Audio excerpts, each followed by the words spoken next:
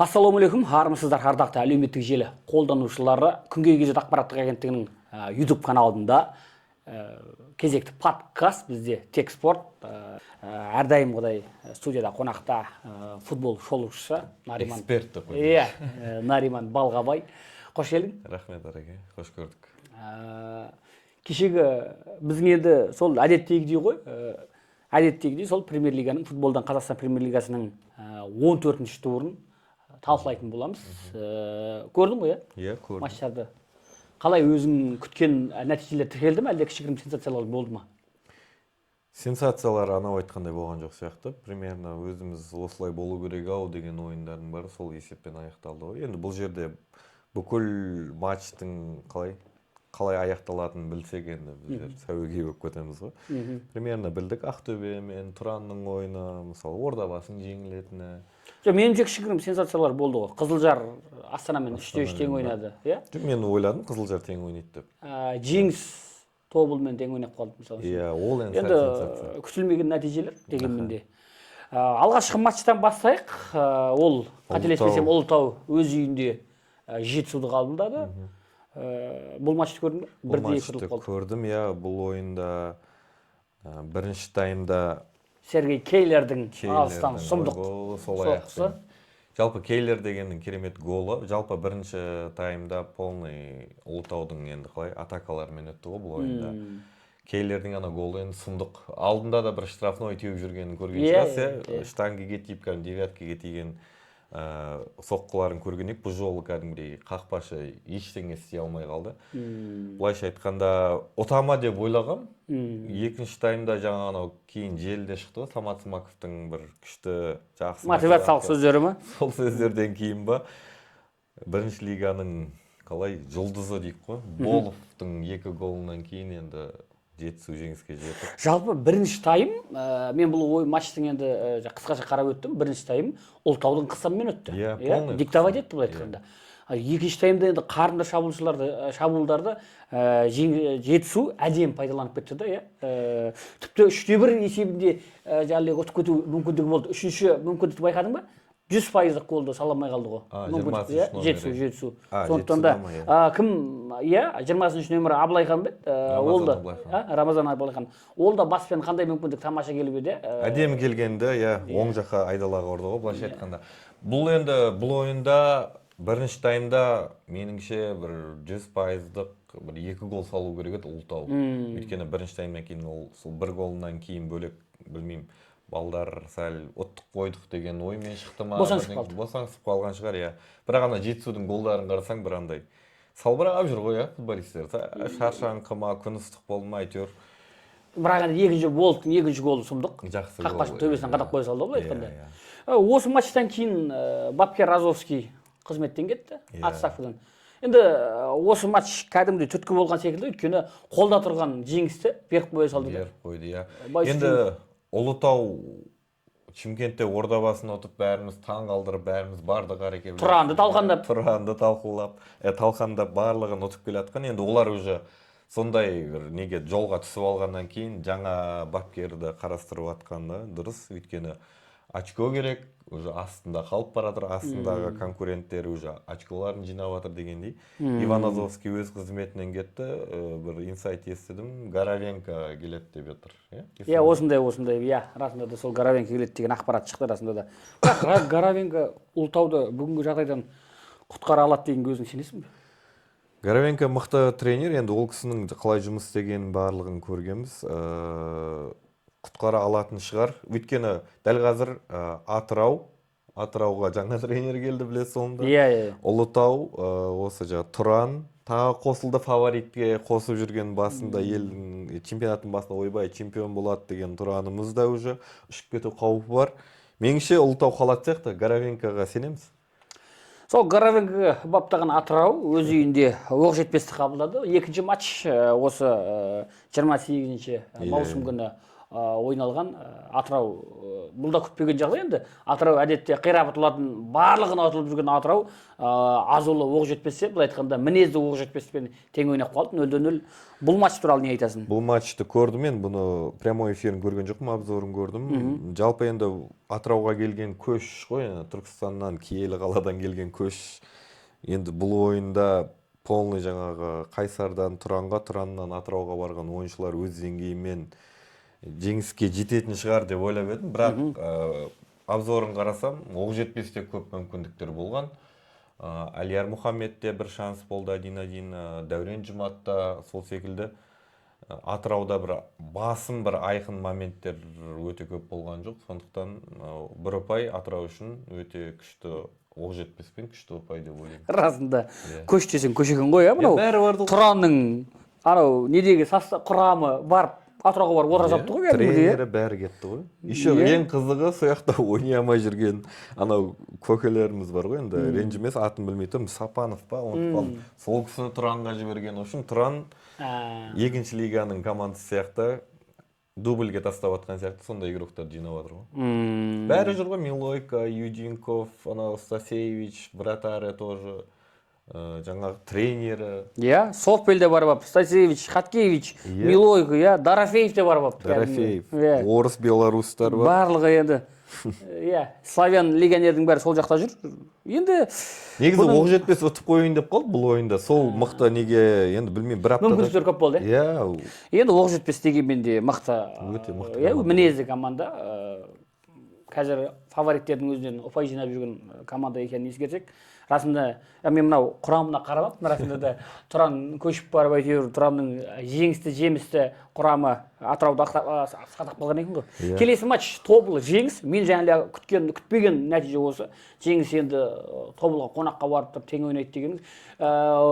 Тең ойнағаның былай тұрсын, бірінші таймда 2-0 есебімен жеңіс ұтып жатқан. Жеңіс ұтып жатты. Бірінші таймда мен Тобылды танымадым. Өйткені анау қорғаушылар дейді ғой, жоғары орналасты да, защитный ряд полный жоғары орналасты.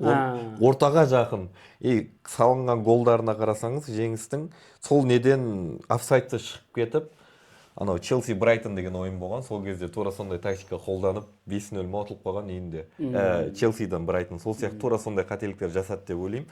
Бұл жерде Қуат қатты ойнады, одан кейін Әділ деген Әділ мен Адилионың тандемі бір тамаша ойын көрсетті. Әділетті ойын болып отыр. Екеуінікі олайша айтқанда. Екінші голдағы Адилионың жаңағы өзімшілденбей ашық қақпашы алдынан шығатын білді. Әділге пас берді, ашық қақпаға топ өткізді. Екінші таймда енді Тобыл үйінде ойнап жатқаннан кейін, фаворит ретінде шыққаннан кейін сәл намыстар оянды ма? Бірақ соңғы минутта тықып қойды ғой. Бірінші таймның соңғы минутында жаңағы сіз мақтайтын Сигневич. Тамаша гол соқты. Керемет аяқ. Шеберлік қой енді. Сол жердегі былтырғы Ордабасының вратарін айтамыз, қайтаратын доп қой дейміз, соны шығарып алып. Ол қайтаратын доп деп айта алмаймын, ол өйткені қақпа бағана сарқылып кетті. Ол өте қиын. Жоқ, ол ошибканы қараңыз, навес көтереді, Сағи Совет жете алмай қалады. Яғни Қуаттың жер тұрғанын көрдіңіз бе? Жоқ, Сағи Совет баспен оны қайтарды. Жоқ, қайтармақшы болды, сәл жетпей қалды ғой. Шығарған түрі еді, бірақ енді әлінде, бірақ соққы жасай алмады.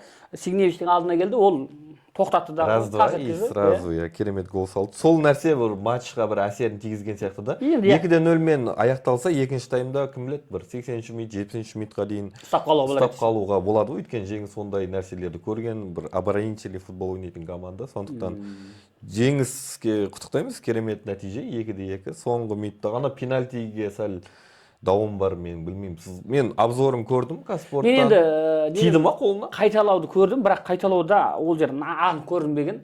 Вардағы төрешілерге енді мәлім ол жақ, сондықтан да бұл жерде даулаудың өзі қиындау секілді. Келесі матч өтейік. Тұран өз үйінде Ақтөбені қабылдады. Енді бұл айтқанда премьер-лигадан ұшуға дайындалып жатқан Тұран Ақтөбемен енді бұл жерде күтілген нәтиже, дегенмен де енді пенальти сала алмай қалу деген. Пенальтиде қызық болды ғой, анау Атлетиконың игрогі Альварес деген тепті ғой, білесіз ба? Аяғы екі рет теппеді, тура сондай жағдай болып, ол голды атмен қылып жүрді. Негізі салды ол пенальти. Салды көрдім. Бірақ бұл ойынның басында енді Тұраннан кетіп қалған легионерлер, тренер жоқ, массажист, врач бәрі кетіп қалған ғой, жаңадан жинады, жаңадан басшылар келді. Енді бұл ойында Ақтөбе явный фаворит болды. Даже қанша ойынның басында уже голдар пытырлап сатып атқанда, уже салып атқанда мен ойладым, бір 5-6 гол салатын шығар деп. Негізі 5 гол да салды ғой, екеуін атымен қылып тастады. Иә. Тұранда былайша айтқанда ойыншылар жоқ сияқты, енді білмеймін, біз танитын игроктар бар, бірақ дәл қазіргі ойнап атқан Тұрандағы ойыншылар Тұран футбол клубына, жалпы премьер-лигаға лайықты емес деп ойлаймын. Өйткені алдыңғы ойында Арекен келген кезде де талқылап тастаған шығарса, Тұранның жағдайы бүкіл елге мәлім ғой. Өте ұят нәрсе.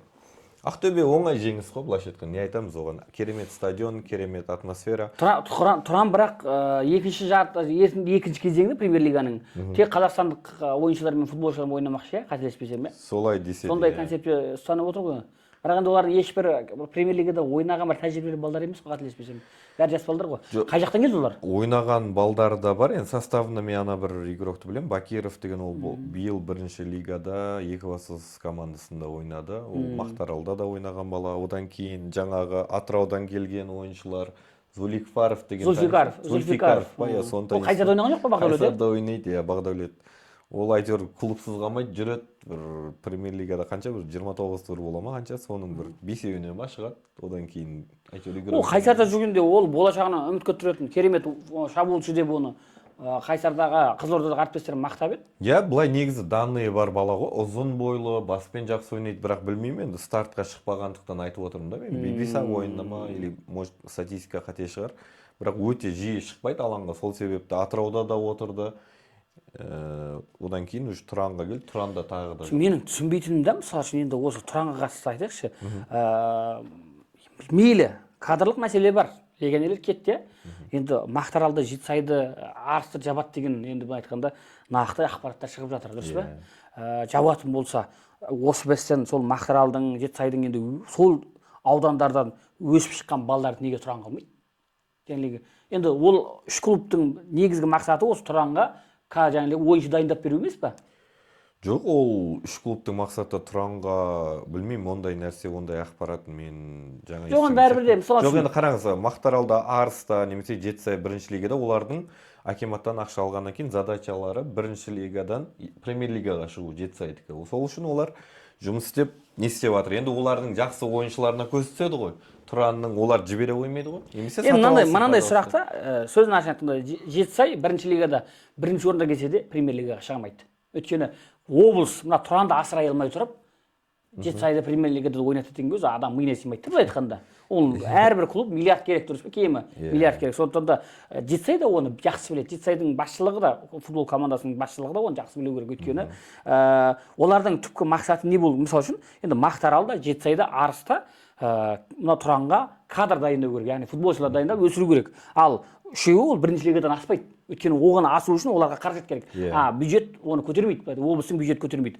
Тұранның өзін асыра алмай отқанда қай жақтан көтереді? Ал енді маған мынандай ақпарат келді. Ақпарат келгенде осы былтыр емес, өткен апта, қателеспесем, спорт басқармасының бір өкілін көріп қалдым. Осы қалада Түркістан облысы спорт басқармасының өкілі Бекжан деген кісімен сөйлесіп қалдым. Сол кісі былай айтты: арада, яғни күндестік бар деген секілді клубтардың арасында, оларды әдейі Тұран футбол клубының басшылығы әдейі алмайды деген пікір айтты. Мүмкін. Яғни Мақтаарал, Жетісай, Арыстан әдейі ондай ойыншыларды алмайды. Жаңағыдай сондай бір бәсекелестік бар. Сендерсіз-ақ өзіміз аламыз деген сияқты. Енді қараңыз, демек сол баяғы әңгімеге келеміз де, бұл жерде елдік мүдде, облыстың абыройы деген сияқты жекелеген бір адамдардың амбициясы, яғни ой, Арыс па, ой, мен ұнатпайтын басшы отыр, мен ойнатпайтын бапкер отыр деген секілді көзқарастар бізді алысқа апармайды, сөзін ашық айтқанда. Бұл қазақ футболына түптеп келгенде балта шабу. Көрдіңіздер ме? Егер де ол кісінің айтқан сөзінде жан болатын болса, енді ол спорт басқармасында істейтін болғаннан кейін, ол кісі ондай ақпараттан аққа қайтпайды ғой. Солай ма? Сондықтан да бұл жерде мына облыстың осы спорт саласына жауапты облыс әкімінің орынбасары осы мәселені жіті қарап, майшаммен қарап, жалпы бұл клубтардың түпкі мақсаты не, ашқандағы не істеу керек? Міне соған концепциялық тұрғыда бір жауап беру керек секілді. Содан кейін барып жабу керек екен деп фаспен бәрін жауап тастамай, саралап, расында да 3 миллион халқы бар облыс, ең үлкен облыс былай айтқанда, 3 миллионға жуық халқы бар. Бәлкім Мақтааралмен жетсе керек те шығар, оның бәрін жауап тастаудың не керегі бар? Олардың міндеті сол оңтүстіктегі миллионға жуық халқы бар Мақтаарал, Жетісай, Сарыағаш, Шардара аудандарындағы жас балдарды дайындап, екінші, бірінші лигада ойнатып, Тұранға, яғни премьер лигаға, одан әрмен ұлттық құрамаға кадр дайындау, осындай бір цикл, алгоритм жасау керек та. Академия сияқты. Академия сияқты. Мысалы үшін қазір Ордабасының ойыншымен қамтитын 3 мектеп бар. Ол үздікші қаладағы. Екінші, Ордабасының өзінің академиясы, үшінші оңтүстік академия. Яғни 3 мектеп Ордабасы футбол клубында жұмыс істеп жатыр. Нақ осы секілді Арыс, Мақтаарал, Жетісай, енді оларды білмеймін, мен түбегейлі жауап тастамай, осылай қаладағыдай цикл қойып қойса, олар кадр дайындап, футболшы дайындап беріп отырса, нұр үстіне нұр болар еді. Ол енді Тұранда ойнамаса да, мысалы үшін оңтүстік академияның балдары жаңағы Оқжетпесте сәтті ойнап жатыр. Қазір Ақтауға ауысып барды бірнешеуі, мысалы үшін. Сондықтан да тек қана Тұран емес, басқа да қазақстандық клубтарды премьер лигадағы жас футболшылармен қамтамасыз ету, яғни соларға тәрбиелеп дайындап беру олардың негізгі міндеті. Сондықтан да осының ара-жігін ажыратып алып, әрқайсысына өзінің жаңағы жоспарын, межесін қойып, сосын барып жұмыс істеген дұрыс секілді. Ал қазіргі жағдайда Тұранның, басқа футбол клубтарының жұмысынан бір жүйе байқалмайды да, олар не үшін жүр ол жерде? Мысалы үшін сөзін ашын айтқанда Мақтаарал 2-ші лигадан 1-ші лигаға шығады, а 1-ші лигадан премьер лигаға шығамайды ғой. Жетісайда солай, Арыста солай. Яғни олардың облыстың бюджеті жетпейді оған, сөзін ашын айтқанда. Сондықтан да бұл жерде жоқ, болмайды екен деп бәрін жауап тастап, Тұранға акцент береміз деп. Тұранның биыл премьер лигада қалмайды. Мына жағдаймен қалмайды. А енді қалмайтын болса, келесі жылы ол 3 клубты жауап тастағаннан не пайда мысалы үшін? Ол қайтып 1-ші лигаға түсіп, тағы да ақша құрту ма, білмеймін. Жалпы Тұран деген клуб енді біздің Түркістан тумасым ғой, қалай? Болеть етейін десең, әр туған жеріндегі командаға. Жанкүйерлер жоқ қой? Жанкүйерлер жоқ. Бүгін яғни Ақтөбемен ойында, Ақтөбенің жанкүйерлері Тұранның жанкүйерлерінен қарағанда қаттырақ қирап, Түркістанда өтіп жатқан ойын, бірақ Ақтөбенің жанкүйерлері артынан кәдімгідей еріп келіп тұр. Көрдіңіз бе? Ақтөбе қалай қойып бастаған жүйе бәрінде. Жанкүйерлікте ойын несінде жүйесі бар, футболда да жүйесі бар. Сондықтан да бұл жерде Түркістан облысының басшылығы осы жағдайдың барлығын жіті бақылауына алу керек деп ойлаймын. Жалпы негізі Түркістан облысының спорт басқармасына қатысты біраз мәселелерді тереңінен зерттеу керек секілді. Өйткені кеше Бекжан деген кісі маған біз жаққа өтпей қойдыңдар ғой деген жаңағы сұрақ қойды. Демек, жуырда Түркістан спортына қатысты біраз мәселенің басын шығарып жатсақ, таң қалмаңыздар. Келесі матчқа өтейік. Астана Қызылжар. Астана Қызылжар. Міне жаңағы біз күтпеген сенсация, кішігірім сенсацияның бірі осы. Бұл енді сенсация болған, мен айттым ғой жаңа подкасттың басында, мен бір Қызылжар оңай шағылатын жаңғақ деп ойлаған жоқпын. Бір тең есеп болатын шығар, 1-1 деп, бірақ бұндай голдардың фестивалі болатындай, 6 гол салынатындай ойын болады деп ойлаған жоқпын. Бірақ енді ойынның обзорын көрдік.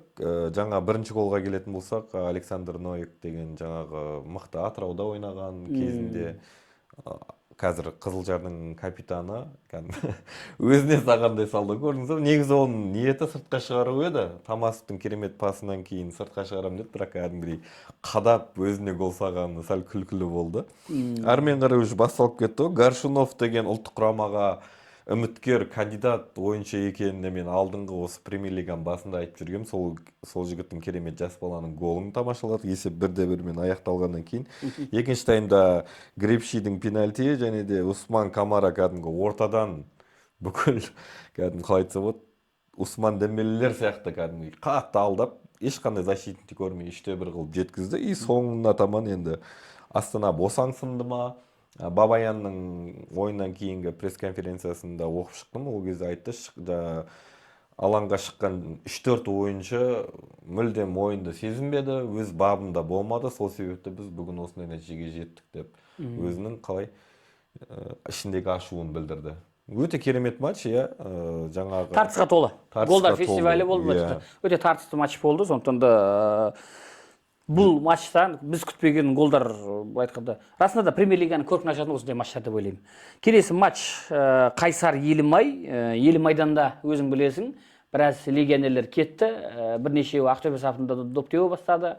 Жалпы ойыннан кейінгі баспасөз конференциясында да Карпович осыған қатысты ойын айтты. Енді оған дейін біз мынау ойын нәтижесіне тоқталайық. 2-1 есебімен Елімай соңғы минутта ойды жылып әкетіп қалды шашкені, 3 ұпайды. Бірінші таймда енді бұл ойында Қайсар өз үйінде ойнағандықтан алғашқы Бейсебашты, яғни Ағзамбаев деген ойыншы, жергілікті ойыншы. Қайсарда осыған дейін ойнаған кім? Біраз жаңағы легионерлері жоқ болса да, сәл бір мықтылардың өзі азайып қалған ғой, байқасаңыз қазір.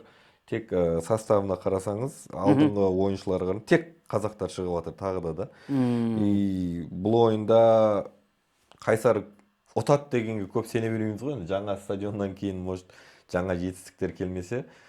Бірден өлі ұтты, әдем ойнап жатыр. И соңында баяғы Астананың Элшіға, Лига Европаға шығарған кезінде Комуковтың Шахтерінде ойнаған Роман Мұртазаевтың керемет ойынның, керемет 2 голы, Елімайға 3 очко сыйлады.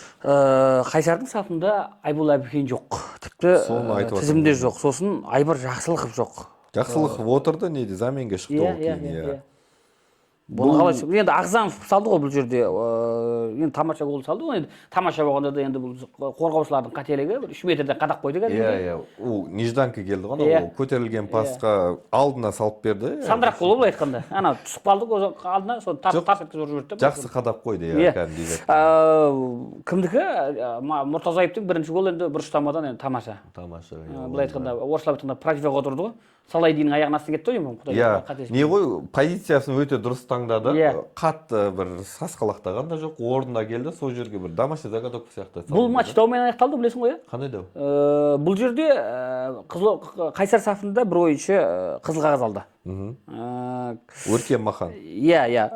Сол қызыл қағаз маған да күмәнді көрінді. Бірақ енді ол жерде ойын ережесі бұзылды, сөз жоқ. Мен көрдім, нені кімнің бетіне қол тиіп кеткен. Тигенде де анау кешегі кімнің Громыканың кімге тиген Ақтөбедегі дауыл емес, ол жерде күдікті емес. Ол бір табиғи қолы табиғи жағдайда емес те, былай айтқанда траекториясы. Ол қолын былай қорғаушының мына бетіне тықты да. Бетіне қарай бар ғой. Сол жақ түсініксіз. Бірақ ол жерде бүйтіп соққан жоқ бар ғой, ұрған жоқ. Тиген сөз жоқ. Ол жерде айыптау бар. Бірақ бірден қызыл қағаз бергенде мен түсінбей қалдым. Бұл осыған қатысты қызылордалықтар да біраз қарсылық білдіріп жатыр. Сосын пенальти болған секілді кімнің Елімайдың қақпасының алдында. Сол жерде де сәл төрешілерге дау ма? Түсініксіздеу эпизод болды. Сол неден кейін ойының соңына қарай осы бір күмәнді пенальтиге күмәнді эпизодта Қайсардың жанкүйерлері жалпы клуб басшылығы қарсылық танытты, және де төрешілердің Мақсат Байжанов қой деймін, қателеспесем, осы әлеуметтік желілерде жүр. Көрдің бе? Төрешілердің жағасына ала жаздаған. Өйткені енді жаңағы пенальтиді қызыл қағаз беріп тұр енді. Мен қызыл қағаз расында да ол жерде қағаз бар деп ойламаймын. Мен ойладым, бірінші сары қағаз, екінші сары қағаз бар. Енді сары қағаз болса, екінші сары қағаз болатын болса, онда түсінікті. Жоқ, бір прямой красный карточка ғой. Мен оны көрдім, Өркен Махан анау Жұмаханов дегенмен флангта угловойдың жағасында. Ода агрессия бар, кәдімгі ол ананы өткізбей корпуспен қойып тұрды. Жұмаханов Елімайдың ойыншысы, қорғаушы. Өркен Махан келатыр, допқа жеткісі кеп тұр, бірақ жете алмады. И соңында уже ол агрессиямен қолын кәдімгі бетіне тигенін көрді.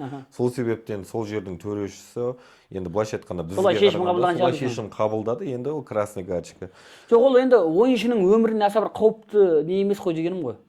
Бірақ енді футболдың ережесінде оны басқаша жаңағы түсіндіру де мүмкін, сондықтан да біз енді төреші емеспіз. Енді көрермен ретінде жаңағы шолушы ретінде біз айтамыз дегенмен де, бірақ мына тұстарда да жаңағы Елімайдың қақпасының алдында пенальти болған секілді. Енді ол жерде де анау кімнің шабуылшының қолынан тартып қалған секілді болды да. Тартқандай болды. Бірақ сол жерге пенальти қоймады. Шабуылшы теуіп үлгерді допты. Содан кейін ба бәлкім бізде сәл енді еуропалық футболшылар секілді сәл әртістік жетпейді ғой біздің шабуылшыларға.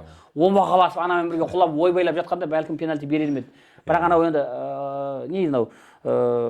барынша талпынып тартқанына қарамай теуіп үлгерді, қақпашы сонда тоқтатып алды. Осы жерде сұрақ бар төрешінің жұмысына, және де Мақсат Байжанов осыған қатысты ғой деймін, төрешінің жағасынан ұстады, қателеспесем. Енді менің достарым да Болат Қожахмет, команда басшысы, әріптесім Болат Қожахмет қазір Қайсар команданың басшысы ғой. Сол Байжановты полицейлерге арашылап еді, полицейлерге барып біраз өкпе назын айтты Болат Қожахмет. Сондықтан да бұл жерде Қайсардың осы тұста негізі төрешілікке үлкен дауы бар. Енді Мақсат Байжанов секілді қазақ футболының аңызы, қызылордалық аңыз осындай нәрселер барып жатса, яғни төрешілік бір дұрыс емес нәрселер болғаны рас болып тұр ғой. Енді ол маман ғой, сондықтан да қанша жыл тер бұл жерде Байжановты сөге алмайсың, өйткені ана тұста мен пенальтимен расында да мен енді қызылордалық әріптестермен сөйлескенде пенальти қойып бермеді деді, бірақ мен эпизод көрмеген тұғым. Жаңында көріп шықтым, расында да пенальти бар секілді ол жерде. Сондықтан да енді бұны төрешілердің шешіміне қалдырайық. Арнайы департамент бар, солар да ертең бәлкім бұған қатысты Португалиядан келген арнайы Кастро мырза ма? Кастро ма, сондай ұмытып қалдым. Келесі матч осы турдың 14-ші турдың орталық матчы деп есептелген. Ордабасы Қайрат. Енді Ордабасы көрдік енді. Көргенде де. Өте керемет матч. Бірақ бірден айту керек, Ордабасы ойынын жеп қойды. Енді мүмкіндіктер өте көп болды. Сол ендігі соңғы сөз, соңғы соққы әлі де жетпей жатыр, байқадың ба? Жоқ, былай ғой, ойыннан кейін Андрей Мартиннің несін пресс-конференцияда несін салып қойған ғой Инстаграмда. Енді айтып жатыр ғой, жаңа бізде балдарға самодачаға рахмет, ойынға осыншама берілгеніне рахмет дейді. Енді мен ренжімесін Ордабасы, мен бүгін Ордабасына бір қатты бір мақтай қоймайын. Себебі нәтиже жоқ қой. Мақұл, ол бүгін балдарда момент көп болды дегенмен, енді нәтиже керек қой. Гол салыну керек. Ол бүкіл клубтың міндеті, ол тренировкада сол нәрселерді істейді. Мысалы кеше қараңыз, Қайраттың ойыншылары анау Дастан Сатпаев деген 3 адамды әшейін алдап жүр. Ана біздің Халматымыздың ауыл тексеріп кетті. Громыкаға керемет бір пас берді. Ана Джорджиньо мен искусственный офсайд істеймін деді, оны істей алмады. Халық толмайды. Істеп атқан селекциялары, мысалы ойбай Андрей Мартинге мен басында мен жақтағам ол тренерді. Бәрі жақсы болады, бізге 5-6 ойын керек деген. Бірақ әлі келе жатыр. Осындай фавориттерден ойындарда бір ұпай алмасақ, біз енді қалай чемпиондыққа таласамыз деген сияқты мен Ордабасыға уже күмәнім бар да. Ол да каждый жаңағы самодача, бізде бір сәттілік жетіспеді, бір күні судья деген нәрсе керек емес қой. Сен гол сал, болды. Ойынның нәтижесін ал, 3 очкоңда немесе бір ұпайыңды ал. Бір ұпай да жаман емес еді негізі Қайратпен. Қайрат фаворит анау. Ойыншылардың деңгейін қараңыз. 2 красный берді, соған ашуланды. 2 красный, мақұл. Бір красный бар, сенде 85-ші минут. Уақыт болып жатыр әлі. Жеңбей-ақ қой, бір қылшы. Мен жалғыз менің емес, осында келген барша стадиондағы отқан көрермендердің ойын бәрін айтып отырмын да осы подкастта. Екінші удаление. Мүмкін еді ғой деймін да. Бір-біріне пас беріп жүр. Не тактика істеп жатыр, сөйтіп бұл Ордабасы биыл ештеңе жоқ екен ғой деген ойға келдім Ареке, білмеймін. Енді былтырғы Ордабасымен салыстырғанда биылғы Ордабасы бір емес 2 бас төмен. Деңгейі жағынан. Сосын осы матчтан кейін жанкүйерлер, Инстаграмда оқып қалдым, жанкүйерлер жалпы Асхат Сейсенбек аут, Андрей Мартин аут деп байқайлап жатыр.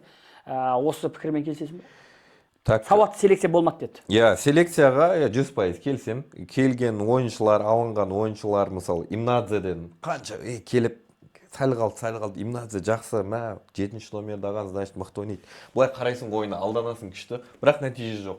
Эвертон Бразилияның сіз айттыңыз ғой, алдында 2-ші лигасы ма, 1-ші лигасына келген ойыншы дәлелдеп атқан жоқ та, гол жоқ. Жаңағы Кайоде, Абубакар қанша 15 ойын өткізген, әлі 14 ойында әлі кубоктық матчтары бар, бұлай жеке неден істегені бар. 0 да, 0. Енді хотя бы 3 гол салуға болады ғой, жабылып деймін да. Гол сауатқан кім? Қараңыз, есіптеңші Ордабасыдан гол. Былтырғы Ордабасының құрамындағы қорғаушылар Малый, Астанов, Мудрик, сол жана кім? Сағдат. Сага, өзінің баяғы. Сағдат жарақаттан шықты да.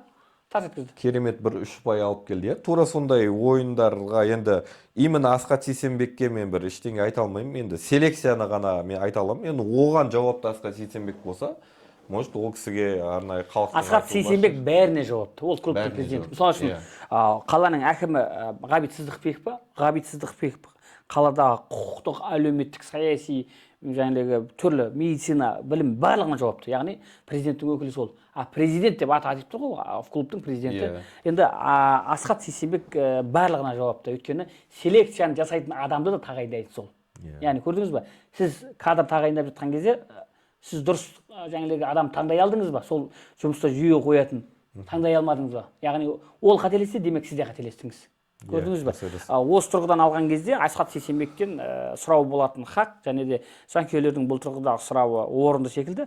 Бірақ дегенмен де бұл жерде былтырғы бюджетпен салыстырғанда футбол клубының бюджеті анағұрлым 2 есеге қысқарғанын ескеру керек. Сосын футбол клубы барлық айтып жүргендей 3,5 миллиард емес бюджеті, оның 1 миллиардтан астамы академияға кетеді деп айтып кетті. Және де Ордабасы футболшылары жалақы жағынан ол жылдың басында, маусымның басында айтылған 6-шы орында тұр. 6-шы орында бұрынғыдай 1 немесе 2 емес, 6-шы орында тұр. Сондықтан да алып келген селекцияға қатысты айтатын болсақ, маған мынау елестейді, елестейді емес, мысал ретінде айтайын да.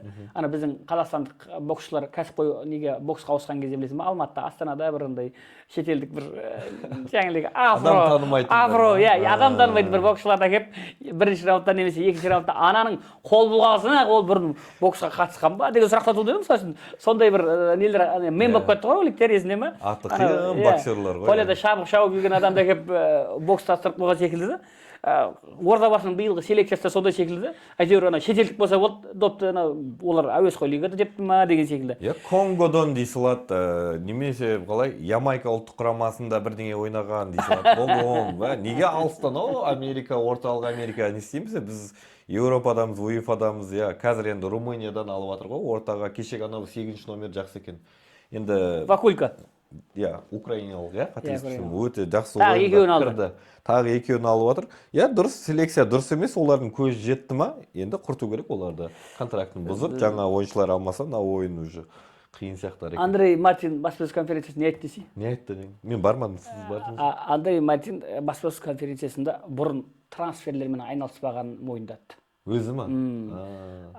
Бұлай айтты, бір әріптестің сұрағына, сіз шабуылшы дей бересіз, шабуыл енді. Расында ол бұлай айтты, біз Қайратпен матчта 2 ойынның мүмкіндіктерін жасадық деді. Яғни бір матчын өте көп мүмкіндік жасады. Бірақ енді көрдің ғой, ауаға, қақпаның алдында тұрып ауаға теуіп жатқан енді таза ақымақтық қой айтқанда. Шабуылшы бізге керек, бір андай ортаны жарып бұзатын, қасқыр былай айтқанда, допта аңдып тұратын, қасқыр секілді, түлкі секілді қақшып шығып, теуіп жіберетін сондай шабуылшы жетіспей жатыр деді. Сонда айтады ғой, кім, сенде әріптес айтты да, сенде Бақдәулет Нұрәлі бар, Еркебұлан Тұңғышбаев бар, Эвертон бар, бір емес 3 шабуылшың бар ғой. 3 шабуылшың бар ғой деді да. Саған не жетпейді деп тұрғанда, сен трансферді жалпы қысқы трансферге араластың ба деп еді. Араластым деді. Бірақ мен трансферден жалпы тәжірибем жоқ деді. Қателескен мойындады. Жоқ, қателескен емес, жалпы трансфер жасауда тәжірибем жоқ деді. Молдовада мен шұғылданбағанмын ондай тірлікпен деді. Негізі Еуропалық клубтарда трансфермен департамент бар ғой, арнайы статистикасын жүргізетін, ойыншыларды зерттейтін жаңағыдегі арнайы мамандар. Спорт директорының жұмысы ғой негізі. Арнайы мамандар бар. Бізде спорт директорының жұмысы. Еуропаның алпауыт клубтарында кәдімгі анализ жасайтын күллі департамент болады. Енді бапкер сол алып келген ойыншылардан командалық ойынды былай құрастырады. Оның міндеті сол баптайды былай айтқанда. Осы тұрғыдан алғанда мен енді тәжірибе жинап жатырмын деді. Яғни біз Ордабасының селекциясын трансферлік жұмыста мүлде хабары жоқ деп айтайықшы. Адамға тапсырдық. Ол сауатты бапкер дедік, соған жүктеп қоя салдық. Ол не істеді? Ол алысқа барған жоқ, ол басын былай қиналған жоқ. Молдова чемпионатынан молдавандарды да басқаларды анау Абу Бакар, ана кім, Кайо деген бар, Молдова чемпионатынан келген жасырады жоқ. Сол жақтан жинап әкелді дағыны салып жіберді. Ол Қазақстан премьер-лигасын Андрей Мартин білмейді, сөзін ашайын айтқанда. Деңгейін білмейді. Ол Асхат Сейсенбек маған берген бір сұхбатында айтты ғой. Андрей Мартин Қазақстан чемпионатын көріп, таңғалып отыр, керемет жақсы деңгейде екен ғой. Көрдің бе? Ол таңғалып отыр, яғни ол чемпионат білмейді. Дұрыс, онда маған да ой келді. Ол жаңағы Ордабасына ұшыратын кезде өзінің командасымен болды, мен мықтымын, мен шақырып жатыр, маған контракт беріп жатыр, значит, мен ол жақтағы бүкіл клубта былайша айтқанда қалпақпен қағып аламын. Өйткені олардың чемпионы Ордабасын қағып алдым. Қалғандарын былай қағып аламын ғой деп ойлады да. Значит, анализ жасамаған, сосын сол Молдова чемпионаты қазіргі Қазақстан премьер-лигасынан жоғары деп ойлаған. Сіз айтпақшы, сол жаңағы келген Кайодесі бар, Абу Бакары бар, білмеймін енді. Нөл ғой былайша айтқанда. Не гол салмайды. Паулиньо не деген мүмкіндік жіберді? Қайраттың қақпасының алдында 2 мүмкіндік жіберді. 2 мүмкіндік, 2 метрден теуе алмай қалды. Мысалы үшін Паулиньо. Бұл ойында мен таза. Эвертон дейді, Мартин айтады, Эвертон да Паулиньо да олар андай таранный жаңағы бұзып жаратын шабуылшы емес, олар шабуылшының астында ойнайтын шабуыл шебіндегі ойыншылар былай айтқанда. Шабуылшы емес, шабуыл шебіндегі ойыншылар деп. Иә, сондай ойыншылар дейді. Енді былай айтқанда, оларды ақтап алып жатыр ғой. Олардың жаңағыдегі қисық-аяқтығын былай айтқанда ақтап алып жатыр ғой енді Андрей Мартин. Бірақ дегенмен де ойыннан бізде баяғы есінде ме? 5 ойын қатарынан жаңағы сүрең ойнап отырып келгенде ордабасының статистикасы ұрып тұр дедіңіз. Иә, мақтадым. Расында да Қайраттың ойынында да байқадың ба, статистика ұрып тұр. Бірақ әлі ұрып тұр да. Нәтиже жоқ. Ол әлі ұрып тұр да, гол жоқ. Дұрыс айтасыз. Енді баяғы кімнің Жозе Мауриньоның әңгімесі ғой. Мейлі дейді. Кім Барселона допты үйлерін әкете берсін. Владимир доп иелігі Барселонада көп болды ғой. Мейлі Барселона допты үйіне әкете берсін. Біз кубокты әкетеміз. Нақ сондай ойын болды ғой. Тарихта шөп қалады ғой. Ордабасы допты үйіне әкеп кетті да, Қайрат 3 очканы алып кетті, 3 пайда әкеп кетті былай айтқанда Алматыға қарай же. Дауыңыз зор кетті. Сенмен қоянды бүйтіп қарап тұрсаң. Енді сенің мүмкіндік жаратқаның, доп иелігін жасағаның, агрессивті ойнағаның, оның не керегі бар егер доп болмаса, гол болмаса? Футболды гол салу үшін ойнайды ғой, оның түпкі мақсаты сол ғой былай айтқанда. Сондай мүмкіндіктер болмаған кезде енді жаңағыдей пікірлер, енді Андрей Мартин аут деген асық секілді мен өйткені Андрей Мартиннің бапкер ретіндегі жұмысына менің ешқандай нем жоқ. Енді шағымым жоқ. Менің де. Мартин былай айтты. Шабуылшы керек па деді, сөздің ашығы. Біздің бюджет 2 есе қысқарды деді. Сосын жақсы шабуылшыға жақсы төлейсің деді. Қазақстанда ондай ойыншы біреу-ақ деді. Дастан Сәтбаев деді. Қас қағым сәтте мүмкіндіктерді іліп алып тарс ететін ол Дастан Сәтбаев. Оны Челси көріп қойды да, пәленбай миллионға сатып алды. Яғни сенің де ондай қырағы ойыншы алу үшін қомақты қаражатың болу керек деді. Мен айттым ғой сосын, қыстан бері ұйықтап отырсыңдар ма? Вариант қарағаншасыңдар. Қандай да бір мүмкіндіктер шабуылшылар іздеген шығарсыңдар. Сөйтіп қарадық қой деді. Бірақ біз қарап отқан нәрселер басқа қарсыластарында қарап отыр екен дейді. Кешегі Эдмилсон бар ғой? Анау Қайратта кіре салып қызға жазып кеткен. Соны Ордабасы көздеп отқан екен. Бірақ Қайраттың қаржылық жағдайы білесің ғой. Сондықтан мықтырақ. Сондықтан Қайрат жолап кетті. Қайтеміз деді. Енді қараңызшы, бізде қазір 3 шабуылшымыз бар. Біз дегеніміз Ордабасы футбол клубы, Ол баяғы өзімізден кезінде мықты талант болған Тұңғышбаев, жаңа болашағына үміт күттіретін Бағдәулет Нұралы және де Эвертон. Үшеуін, может, ортаға қоя бермеймін, шетке флангқа ойнату керек шығар деген сияқты ой келеді. Имнадзе ештеңе істеп отқан жоқ. Античтен көп нәрсе күтеміз. Античтің қорғанса жүр ғой, латералдың ойнап жүр. Иә, қарасаңыз ойнап жатқан сол Астанов, Сағадат Тұрсынбай кеше ортада ойнады, ол сол жақтың қорғаушысы. Шайзадан о керемет Громыканың добына шығып берді 100%. Былайша айтқанда шабуыл 0 ғой. Енді қараңыз, осы жас. Олар Жақсыбаевтың ойыны қалай? Олар средняк сияқты, білмеймін, мен ештеңе айта алмаймын. Қайраттың қақпасының алдында тупой екі пасын айтты. Иә, ондай нәрселер болып жатыр ғой. Бір емес, екі емес, үйтіп орысылап айтқанда перемудр жетпей-ақ қарапайым пас беріп ойнау керек қой былай айтқанда. Анау кімді Қайратты қысып жатырмыз? Қақпаны жаңа өткізіп жібере салды топты. Сен оның командаласы жүгірген де жоқын. Екі пас та барған жоқ былай айтқанда. Кім Астанов бар ғой? Егер бір-бірін түсінбейтін болсаң қарапайым пас бере берші былай айтқанда да. Білмеймін енді олар Жақсыбаевқа шағым көп. Жанкүйерлер мен комментарийде оқып шықтым пікірлерде. Жалпы Жақсыбаев премьер лиганың деңгейі ма дегенде сұрақтар көтеріп жатыр. Енді біз чемпионаттың ортасына келдік. Осы қазір форма жинамаған ойыншы, қазір ойнамаған ойыншы алда ойнайды деген күмән бар былай айтқанда. Сондықтан да бұл жерде расында да бапкерлер дұрыс шешім шығару керек секілді. Енді біз күткен сол Шевирев кетті. Құдайға шүкір. Кайода кетті. Біз болжағанбыз оны. Абубакар кетті. Енді Абубакарды мысалы үшін Елімаймен матчта кім Арман Пірманов айтады, Карпович кәдімгідей Абубакарға жаңағыдай ғашық болыпты. Ойыны керемет екен, ол бір орталықты бір өзі тауып жүрді. Абубакар сондай ойыншы, бірақ ол ала-құла ойнайды да. Ол сол деңгейде бір келіп ойнамайды да. Келесі матчта ол шаяды. Сондықтан да Андрей Мартин оны анау неден кейін де айтты ғой, бір топ ойыншылар бар, қоштасамыз деп. Сол біз оны Сейіл екеуміз отырып-ақ сол примерно кімдер екенін біліп қойғанбыз былай айтқанда. Біз айтқанымыз дөп шығып жатыр ғой. Сәкең айтқан дұрыс шығар. Сәкең айтқаны біраз сәуегейлігі бар енді. Сәкең тас тарта ма, бір сәуегейлігі, сондай бір нәрсесі бар енді. Сондай нелер шығады. Дегенмен де 3 ойыншы келді Ордабасыға. Ол жаңа Вакулька енді келісінен.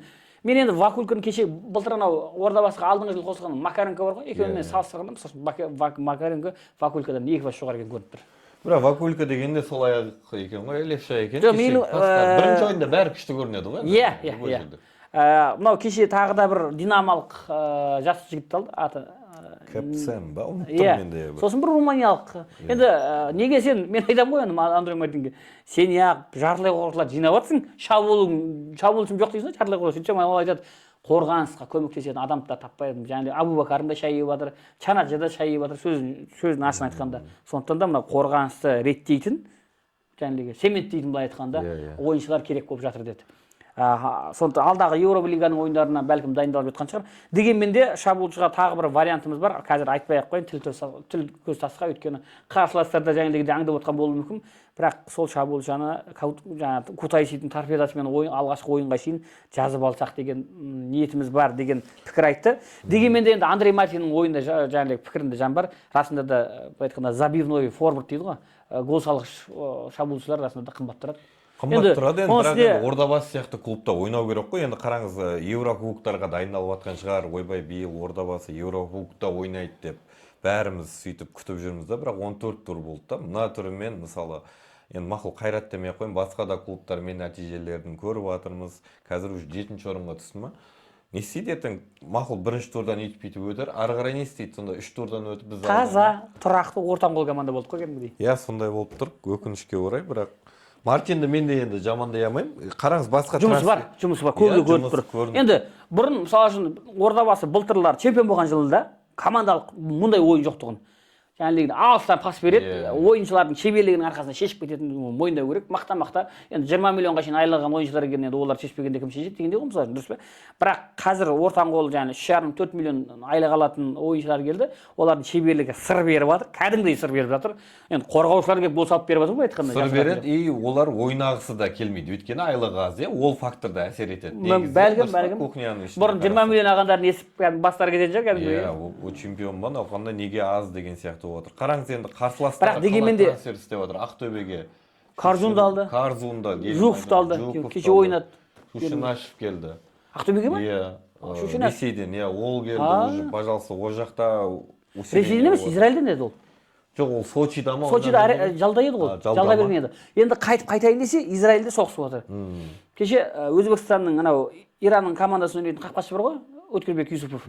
Ол да айтады, FIFA-ға хат жазамын дейді. Анау Иранда соғыс болуына байланысты мен контрактты бұзып беруіңізді сұранамын деп. Енді футболдың ережесінде бар екен сондай. Яғни елде соғыс болатын болса, ойыншылар баруға бас тартуға болады екен. Өзінің қауіпсіздігі үшін. Жеке қауіпсіздігі. Иә, Шушенаш сол себепті де қателеспесем қайтып жаңағыдегі бос агент болды ау деймін. Енді қараңыз, Садовскийді алды. Кім? Жеңіс. Енді ол Садовскийде де саяси бір кішігірім бір нәрселер бар. Лукашенко қарсы сөйлеп қойған деді. Сондай, сол себепті келді дейді. Данияға барып па, Словенияға барып па, азаматтық алғысы келген екен, бірақ болмапты. Польшада деді ғой. Енді қараңыз, Садовский қайда өлсе өлігі артық еді оны, Эвертондардан ше. Баспен гол салатын, әйтеуір бір... Иықпен гол салатын. Қара жұмыс болсын, кешеде біреу айтып отыр да, Садовский жақсы еді ғой, адам бірдеңе дейді. Эвертон деген білмеймін, андай бір клипке түсетін балдар сияқты ма, андай бір более өнер адам сияқты. Бір 5 ойын қатарынан гол салып еді, кәдімгі түр жасап алды ғой. Сіз тура айтқан екенсіз ғой, ондай матчта да мен де салам ғой деп айтып едіңіз. Ол алдында бір подкастта кімге, ол жаңағы кубоктық алдында лиганың ойындарында салды ғой, болды. Деп сеніп жатыр, білмеймін енді. Бұндай ойында... Бұндай нағыз маман Астана, Қайрат секілді Еврофутболда ойнайтын клубтарға қарсы сыналады да, былай айтқанда. Шеберлігі нағыз осы жерде көрінеді. Мысалы үшін, бірақ кешегі матчта, алдыңғы матч секілді ғой, Паулиния есінде ма? Кубоктық матчта Қайратқа бір гол салып қойдық мысалы үшін да. Кешегі матчта кім бірінші гол салды, сол шешіп кетті былай айтқанда. Бізде бірақ енді кеше Ордабасы бір емес, бір 4 гол салатын 100% мүмкіндігі болды. Сол ғой жаңа ашуланып жатқан, хотя бы ничья ойнаса деймін де, бір очко да ертең әсер береді ғой. Өйткені 2 красный карточка, сенде психологический давление бар, Шайзада, Нойер сияқты ортада жүр. Бәрі-біріне пас беріп, или көтер, ұратын ештеңе жоқ па? Жоқ, мен мынаны түсінбедім. Жалпы ортақ алаңды қапталдарды Қайраттан Ордабасы тартып алды, кәдімгідей. Байқадың ба? Қыс тастады. Енді мынандай ойынмен Қайрат қалай чемпиондар лигасында ойнайды деген сұрақ туындайды менде ше. Білмеймін, Зарясы ойнаған жоқ, Громыкасы. Бұлай енді жаңа кеше гол Зария ғана ойнаған жоқ, Громыко жүрді ғой. Иә, Громыко жүрді ғой. Енді Зария мен Громыко ойнаған күнде де клубтық матчта көрдің ғой? Ордабасы бәрібір жеп қойды ғой. Сонда мен де ойлаймын, мен сонда қалай? Енді Ордабасыда шабуылшы жоқ, бұларда шабуылшы бар, бірақ қапталып жоқ па қалай сонда бұлар? Жоқ, қаптал емес. Қазір Қайраттың орталық қорғаушылары кім? Глейзер мен сосын анда тағы бір еврей, израильдік азамат бар ғой, Арат па? Сол екеуі ойнап жүрді ғой, былайша айтқанда. Кейін анау Садыбеков деген шықты.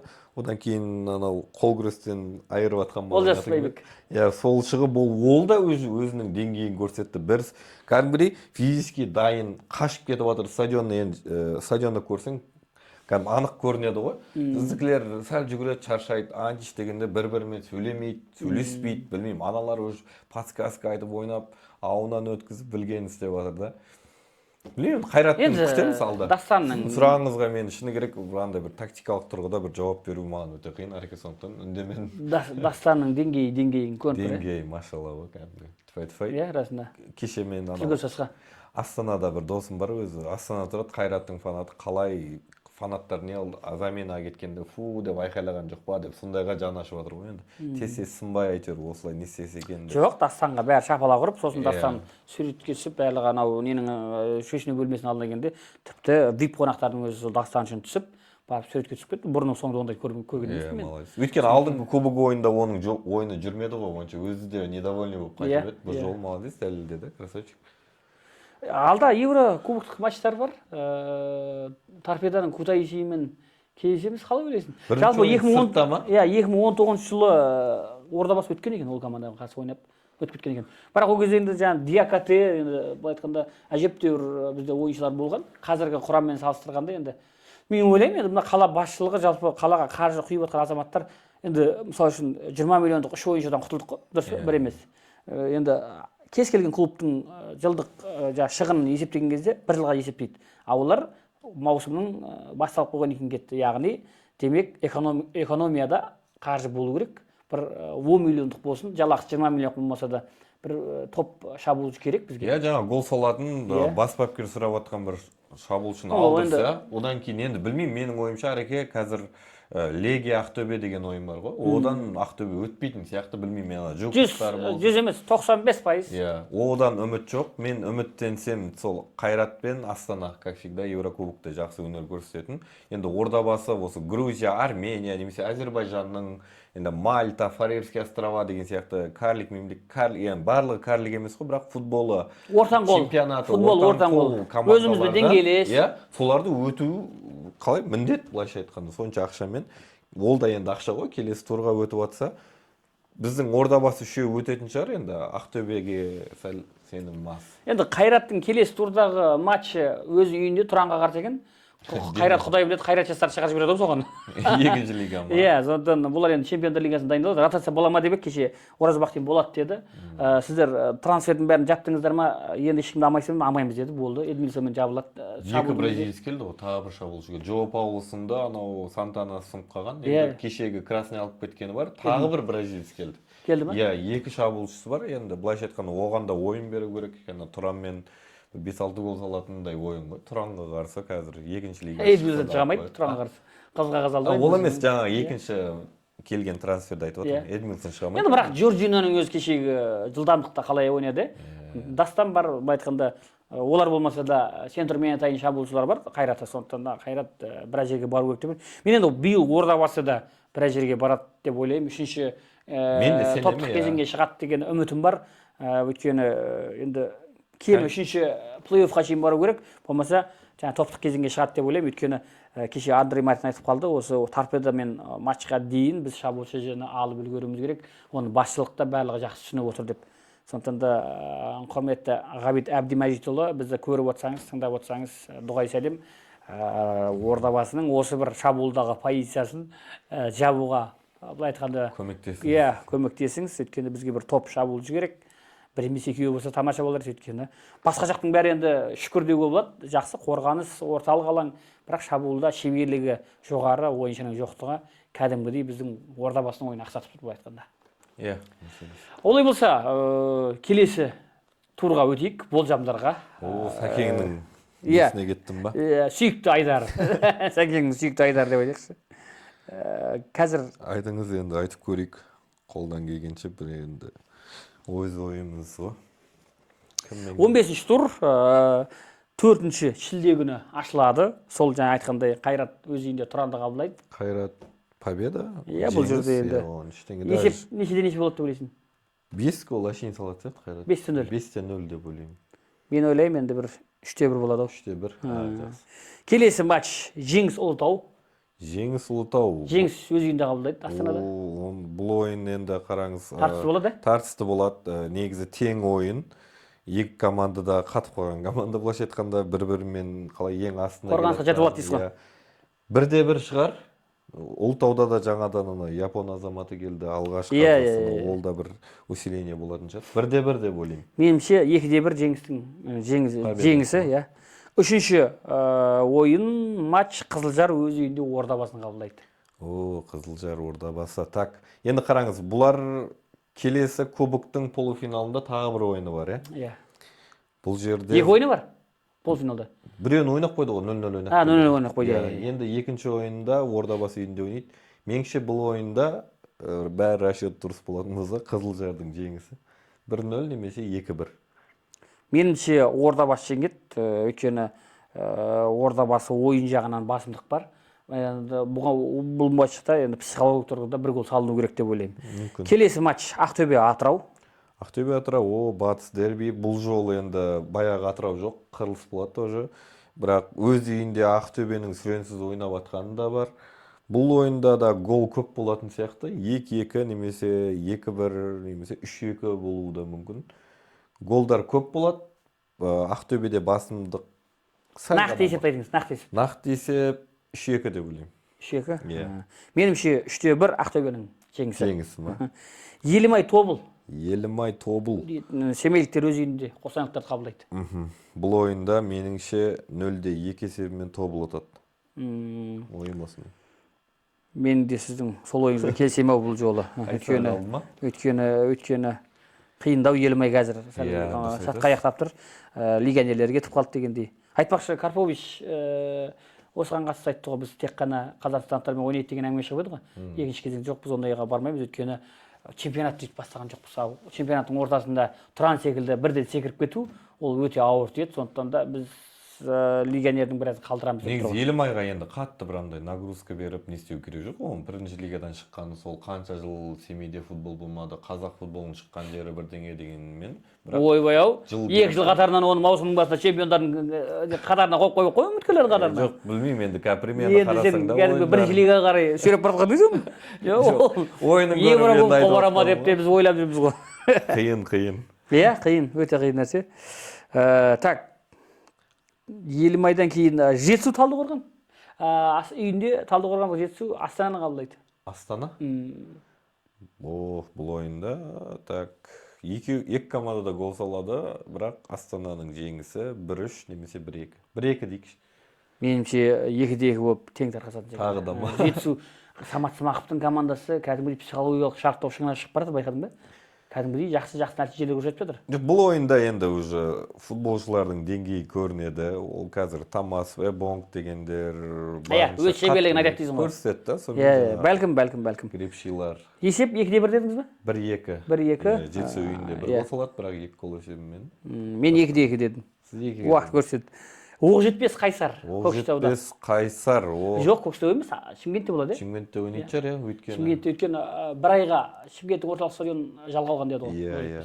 Алдыңғы ойын не болды? Бұлар тең ойнады, қателеспесем Қызылордада. Тура осылай. Қызылорда тең ойнап қалды. Иә. Жоқ, Оқ-жетпес ұтып кетті ау деймін. Мен есімде болмайды. Оқ-жетпес ұтып кетті. Иә. Ұтып кетті. Бұл ойында енді тағы да заруба болады, былайша айтқанда жаңа Ұлытау жеңіс деген сияқты ойын ғой. Бірақ Оқ-жетпесте сәл басымдылық бар. Стандарттарды жаңа угловой штрафнойлар дұрыс пайдаланса, Қайсар 1 очко алады, ал негізі бұл ойында Оқ-жетпестің жеңісі деп ойлаймын. Есеп 1-2 тағы да. Меніңше 1-0 немесе 2-0 Оқ-жетпес жеңеді. Оқ-жетпес жеңе ма? Көрейік енді, иә. Иә, алдағы құрметті әлеуметтік желі қолданушылар, біз енді болжам ғана, сондықтан да бұны бір шынайы қатты. Иә, кәдімгідей енді бізге сеніп ақша тігіп бәс тігіп жүрмеңіздер дегеніміз ғой. Біз енді ондайдан аулақпыз, бірақ таза спорттық былай қызығушылық, сондықтан да біз ондайларға кеңес бермейміз. Лажы болса аулақ болғандар сондай. Әрине, ол спорттық ойындар қарам, жалпы енді жақсылыққа әкелмейді түбі, сондықтан. Спорттық ойындар емес, бәс ойындар.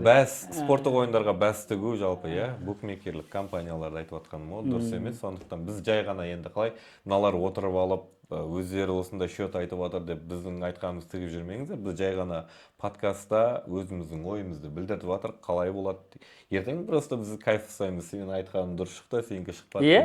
Былай айтқанда Арекең екеуміздің арамыздағы. Психологиялық тұрғыда өзіңе бір көтеріңкі көңіл келеді, одан артық бір ләззат жоқ ода былай айтқанда. Бүгінге осы, Нариман, келіп, студияға уақытыңды бөліп, өз ойыңмен бөліскеніңе көптен көп рахмет. Сізге де рахмет. Келіп тұр, Құда қаласа, жеңісті күндерде жүздескенше аман, сау болыңыздар. Жақсы, аман болыңыздар.